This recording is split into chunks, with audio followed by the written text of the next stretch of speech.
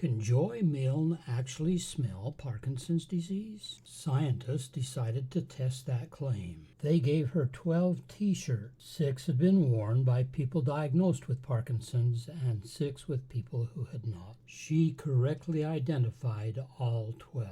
Certainly that's evidence that she may actually be able to identify Parkinson's by smell. Is it possible that someone could do that well in identifying the t-shirts just by chance? You were challenged to empirically calculate that probability by taking 6 black cards and 6 red cards, shuffling them carefully, and then trying to decide which ones were red and which ones were black, just by guessing. Of course, there's a chance that someone would get them all right, but usually someone guesses a black card to be red and a red card to be black, so they get less than 12 of them right. If we did this enough time, we could count up the number of times that we got all of them right, divided by the total number of times that we tried, and that would be an empirical probability of getting all 12 of them right.